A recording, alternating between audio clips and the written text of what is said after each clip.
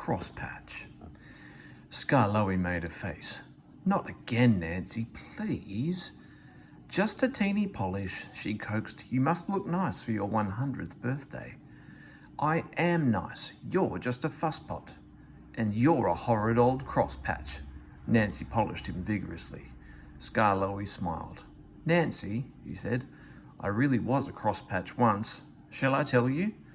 Yes, please. Well, come down. I can't tell it properly while you're fussing up there. Just 5 minutes then, no longer. Nancy sat down on a box and the old engine began. Talalin, Dolgok, Rheneas and I were built together in England. Who, asked Nancy, are Talalin and Dolgok? Talalin is my twin. Dolgok is Rheneas. Their railway is at Tywyn in Wales, and they're 100 too.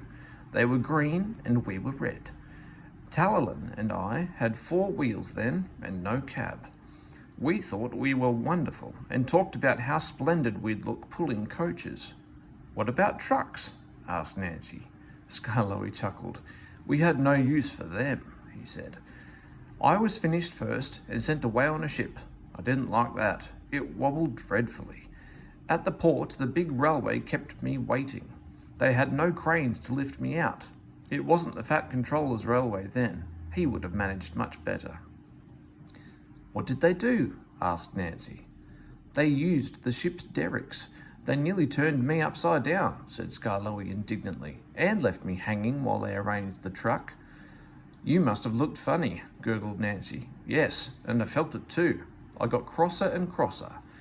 They fastened me to the truck at last, and an engine took me away. His name was Neil. He was ugly, but kind, and we were soon friends. So, you're bound for the wee railway, he said. You must put some order into those trucks. The havers they make, you'd hardly believe. I didn't like the sound of that, but I was too tired to say anything. Plenty of people were waiting when we got there, but they weren't used to engines, and it was dark before I was on my rails.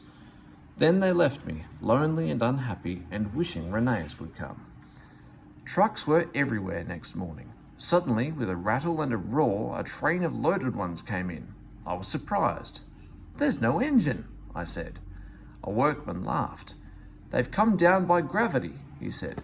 The empty ones need pulling up, though. That's why you've come. But can't they go up by whatever it was you said? Gravity only brings them down. We need horses or engines like you to pull them up. What?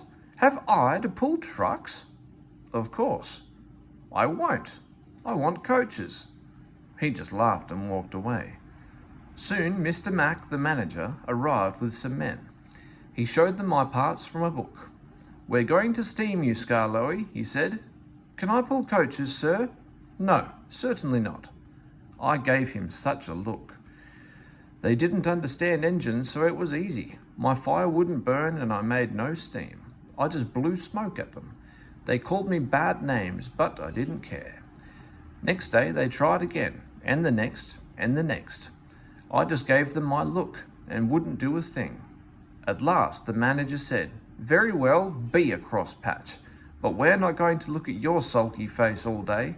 We'll cover you up and leave you till you're a better engine. They did too, chuckled Skarloey. They fetched a big tarpaulin and covered me right up. I didn't like that at all.